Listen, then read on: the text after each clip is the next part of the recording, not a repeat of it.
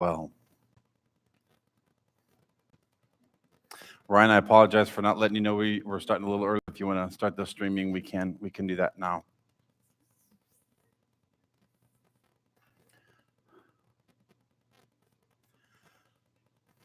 I'm going to be reading from the ESV, so it might be a little bit different. But for by grace you have been saved through faith.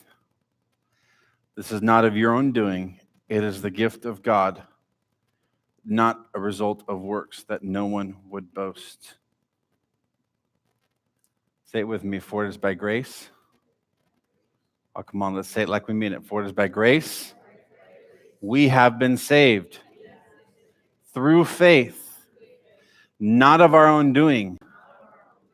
It is a gift of God, that no one would boast. That no one would boast. Here's a key factor where we're going. We're going to recite this verse over and over and over again, because this is one of those things that needs to be just ground into our DNA, into our heart, into our soul. It is by grace that we have been saved. This is not of who's doing? Us. Doing. It is not by what you and I do that we are loved, saved, redeemed, maintained in His grace, healed, blessed. It is not by what we do. That's the beauty of the cross. Let me tell you why that's important. We've talked about our spiritual identity for some time now. We've looked at it through the nativity story. We've looked at it in our own story. Understanding who we are because of what He has called us to do, and knowing that because we trust Him after being in His presence as a result of meditating day and night. We've gone over this. But sometimes we meditate in the Word day and night, and we know His promises, and we quote His promises, and we believe His promises, and we walk in His promises, and then we get into His presence, and we love to be in His presence, and when we trust what He says, so that when He tells you that you're more than a conqueror, you believe it, and you're like, okay, I know my identity, and then something happens. Something happens. I would offer to you that it's that shame concept. Now, we know shame a lot of times when we hear it from in an authority context, shame on you or things of that nature. Shame at its core is this: I am not good enough. I am not enough. We live in what studies are showing more and more by experts is that what people are dealing with more and more on a culture-wide dynamic is this concept of shame. And it's different than guilt. See, guilt is I've made a mistake. I messed up and I need to fix it. Shame says I'm not capable of doing good. This is why we see suicides going through the roof.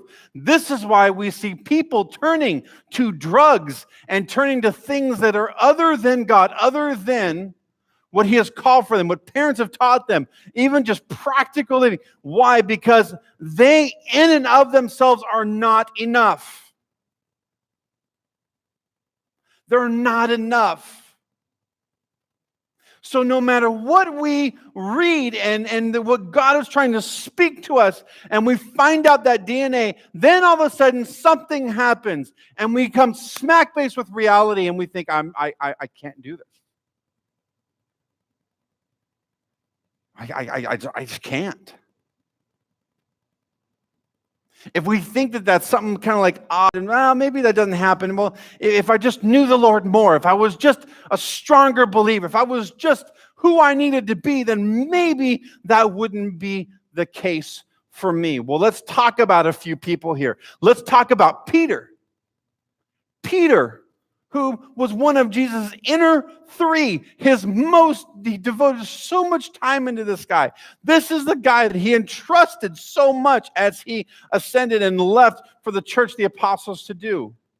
In John chapter 21, he is coming off the heels of the crucifixion where he is saying, I don't know the man, I don't know the man, I don't know the man. He has denied him 3 times. When Jesus said it was going to happen. And he recognizes it when the rooster crows and he goes, it actually happened.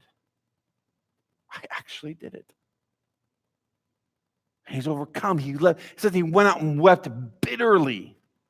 There was a deep core soul cry that was happening. I've messed up. And I don't think anybody can get me back on track. I believe this is very apparent because when you go to John 21 and the disciples have they're on the beach right there and Jesus comes, tells them how to fish because they were fishing and they all come in. And he goes up to Peter as they're preparing breakfast. And you can imagine they've really done. Okay. They've been doing. And he comes back and he says, Peter, do you love me? Well, yes, I love you. And we'll look at that verse. And unfortunately, when we read it in English, it's a little bit different and a little bit difficult to really understand what's happening in that passage. But he says, do you love me? Now, Jesus is saying, do you agape me? Agape, there's 3 types of love when you read the Greek, and this is written in Greek. So agape is the committed love. I'm committed absolutely to you. And are you committed to me, Peter? Peter, knowing what had just happened, is like, I can't even say it. I'm not enough. Of course, I love you. But he says a different one. He uses phileo. Phileo is almost like a brotherly love. It's like expressive. It's not really birthed out of commitment, but it's out of an affection, right? He has affection for Jesus, but he recognizes something on himself, or I should say, he sees something in himself that I'm not good enough. So, but I have affection for you. Peter, do you agape me? Jesus, of course I phileo you. Jesus, coming on his level again, do you phileo me? And he responds, I agape you.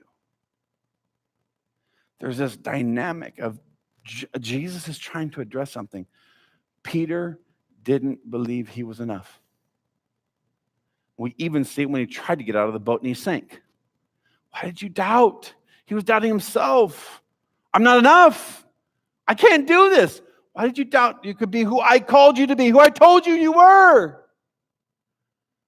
I don't know. He hung out with Jesus day in and day out, day in and day out, day in and day out. He learned from him. He sat at the fire with him. They had fish together. They went to the market together. They walked the road together. They joked together. They laughed together. They cried together. They went on ministry trips together, and he still didn't believe he was enough. If Peter faced it, oh man. Oh gosh, how high do we even think of Peter? Unduly, he was still a man. He was still a person. It goes even further than that. Let's go back to the Old Testament. Let's look at a guy named Gideon in Judges 6. A guy named Gideon who the people of Israel have been oppressed and people are enslaving them. And God turns to him and he says, hey, I'm going to take you and I'm going to make you a leader. And he's like, I am a nobody. I am a nobody. And I'm not enough. Look at it. Judges 6:15. He says, who am I that I should lead some? Who am I? He is so unconvinced that he is of any value that he says that if you are really who you say you are, then do this. I'm going to put a fleece out, and I want it to be totally wet around and the fleece to be dry. It happens. And he says, well, maybe that could have been coincidence. So next time I want the fleece to be wet and everything else to be dry. It happens again. He's finally convinced. He takes and transforms the face of Israel. I'm not enough. I'm not enough. It's not just Gideon. Let's look at two more people. Let's look at Moses. Let's look at Moses. Moses, on whom everybody looks from Israel. I mean, Moses is the guy.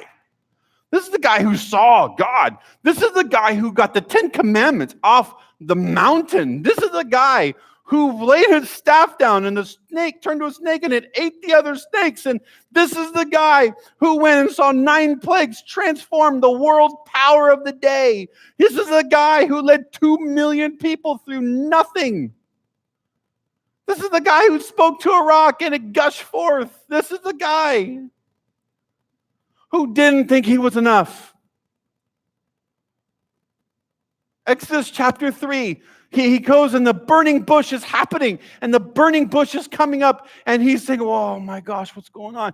Take your shoes off. You're on holy ground. He kicks his shoes off just in a stupor almost. I've heard my people crying out and I'm sending you. He gives excuse after excuse after excuse. He just says, who am I? Can't you, even after just kind of giving the, I've got an impediment. I'm not that good. I'm not this. I'm not that. They're not going to believe me. I've got a bad reputation in Egypt. The people of Israel don't like me. Why would you send me? God says, will you just go? Will you just go? He says, I'm just not. Who am I? I'm a nobody. Can't you please send somebody else? I'm not good enough. Exodus chapter 3. He said, don't worry, because I'm going with you. Oh, this is Ephesians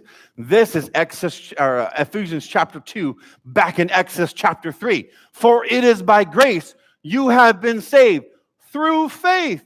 This not of yourselves. It's not of your own doing. It is not of your own works, so that no one could boast, including you, Moses. God does not give him a checklist. He simply says, I will be what? With you. With. It's not a doing word. It's a being word. I will be with you because I value you and you're enough for me. Oh.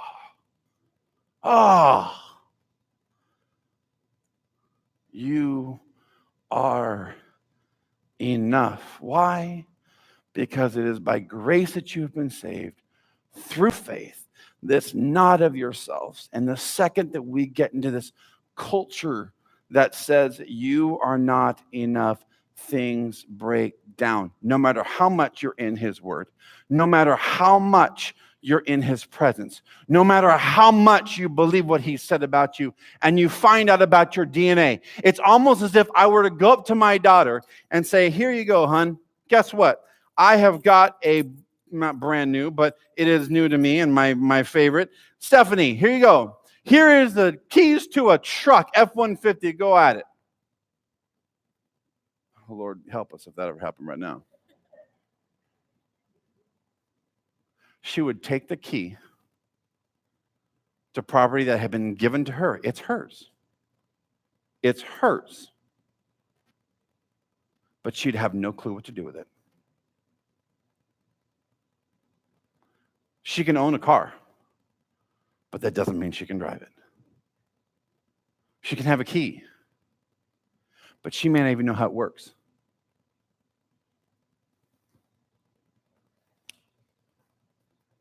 Sometimes God's given us a car, but before we're out, we hit this wall, and it's called shame. It's called shame. I'm not enough. I'm not enough. And some people would say, I don't face that. I'm clear, I'm good.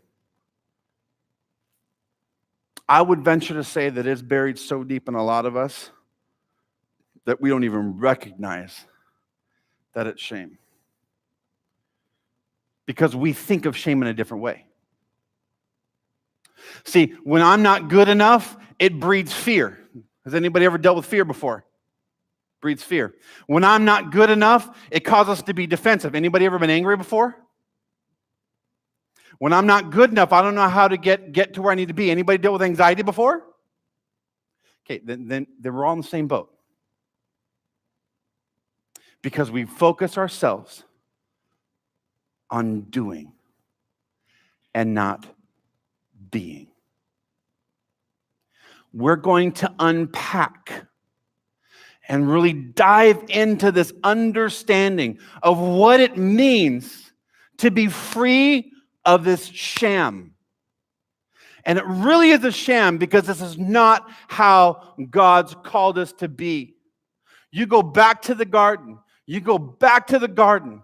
They were created. Man and woman were created. They were in the garden and they were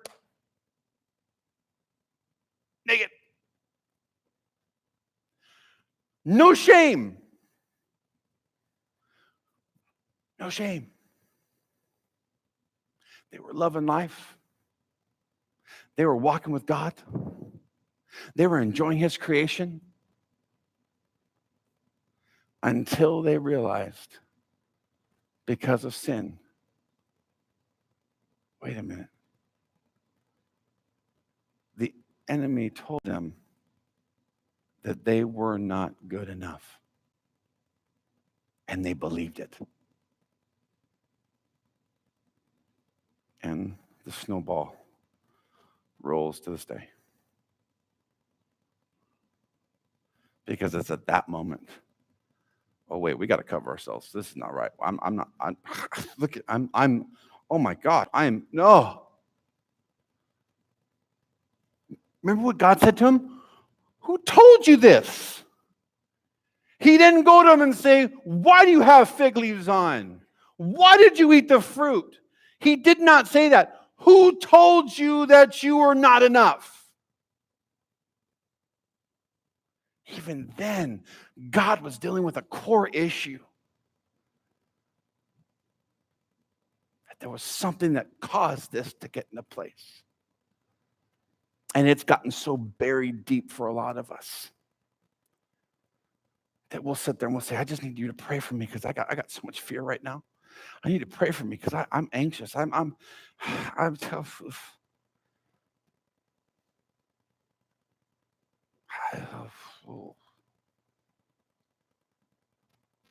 And we don't trace it back to its root. Now I'm not, again, I'm not trying to throw snake oil in. I'm not trying to do the end all be all. This is going to solve everybody's problem.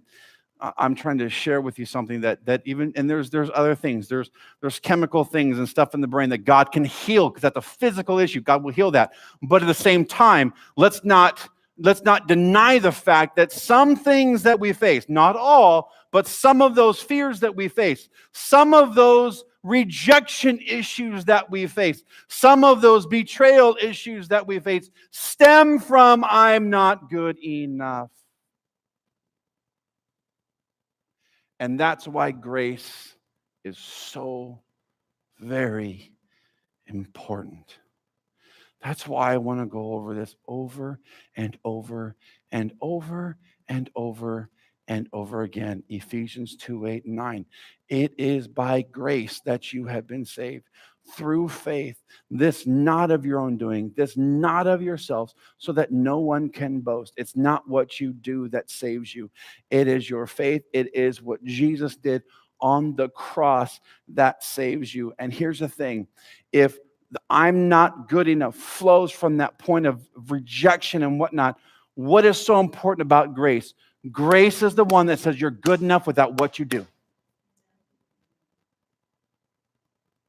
So when we read that verse, for it is by grace that I have been saved, we could stop right there. It is by grace we have been saved. It is because of grace that you do not have to deal with this roadblock anymore. It is by grace that you do not have to deal with fear. It is by grace that you don't have to deal with anxiety. It is by grace, by grace, by grace, by grace, by grace. And it is not what you do.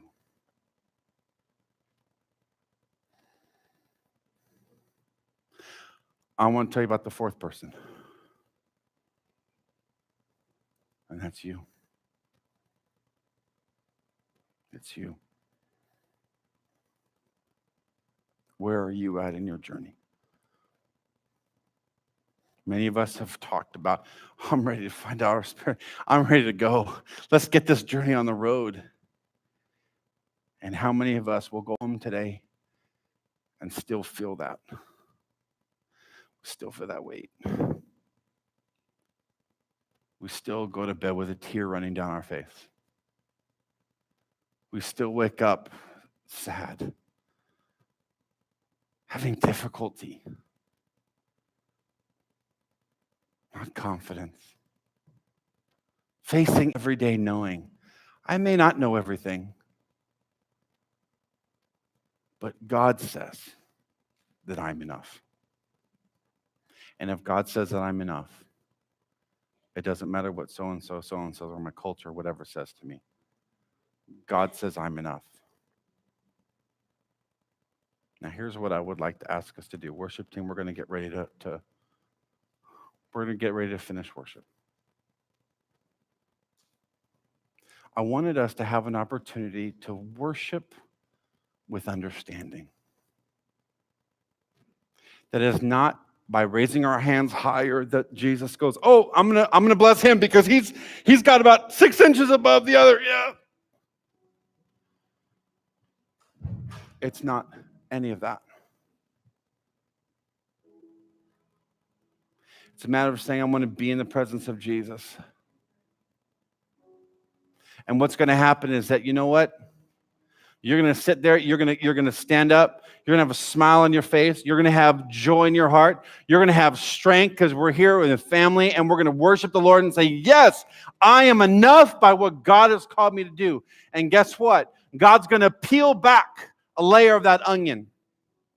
And then you're probably going to go home and you're going to face the same things. And you're going to face the same things because circumstance, life, culture, everything that we face on a daily basis is not changing without Jesus. So when we go back in, sometimes, anybody ever feel like you need a second wind? So then you're going to go back home. And you're going to say, in Jesus' name, for it is by grace I've been saved, this through faith, not because of what I do, so that I cannot boast. It is a free gift of God, and I'm going to live in that.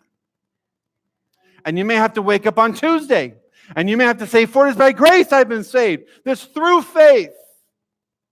And on Wednesday, you're probably going to have to get up and say the same thing. And you might have to go at lunchtime because somebody said something foul to you in the morning. And you have to go back and say, you know what? For it is by grace I've been saved. I am enough because he said I am enough. And every time you do, every time you come into worship, every time you face him, and every time you say, Jesus, I am here, what's going to happen is that he's going to peel more and more of that onion back and more. We begin to understand what he meant in Luke chapter 14, I believe it is. He says, you take up your cross daily and follow him. It's not a one-time thing. It is a daily thing that we understand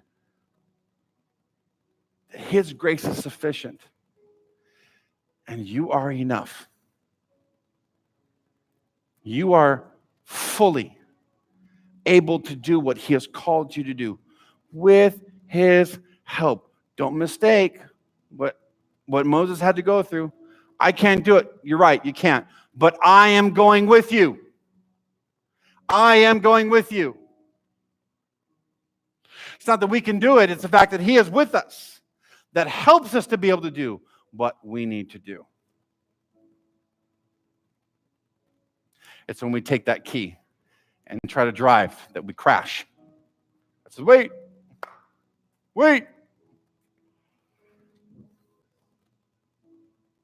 I'm going to ask you to stand.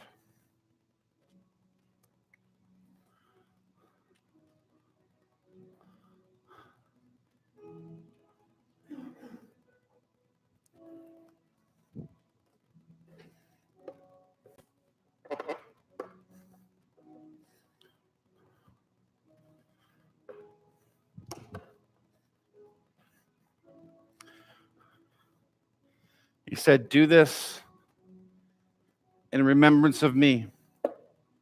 Remembrance of what?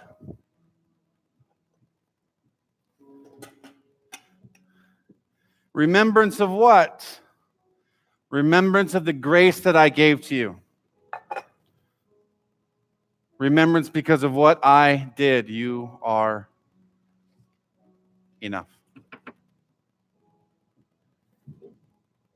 In a few moments, I'm going to invite you to the table. Not right now, but I'm going to invite you to the table.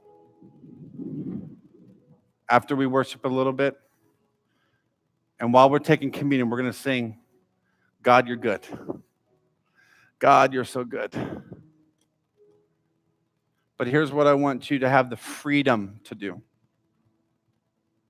Again, there's nothing special about the front. But there is something special about saying, you know what, I'm going to get uncomfortable for Jesus. If that means getting on your knees where you're at, for some it's hard to get up to the front and we have physical limitations. I'm totally, it's okay. God will meet you anywhere. But if you feel in your heart that you're to come up and just kneel and have a moment with him, free of distraction, the altar is yours. If you feel that you need to just turn and kneel into your seat and have a moment with him, you do that. Here's what I'm going to ask. The challenge is there. Let him peel back the onion. There's so much to dive into. There's so much of just understanding as we look into this whole subject. It goes really deep. And I guarantee you in the next several weeks, you'll go, oh, yes, I get it. But here's the problem. Sometimes we start with a study. We need to start with his presence. Say, Jesus, we're about to go on a journey, and we need you to go with us. We need you more than ever before. Ask him. Open your heart to him. Let him minister to you. Let him take care of you. Let him peel back the onion and worship. Be in his presence. Don't try to do anything. Just be with him.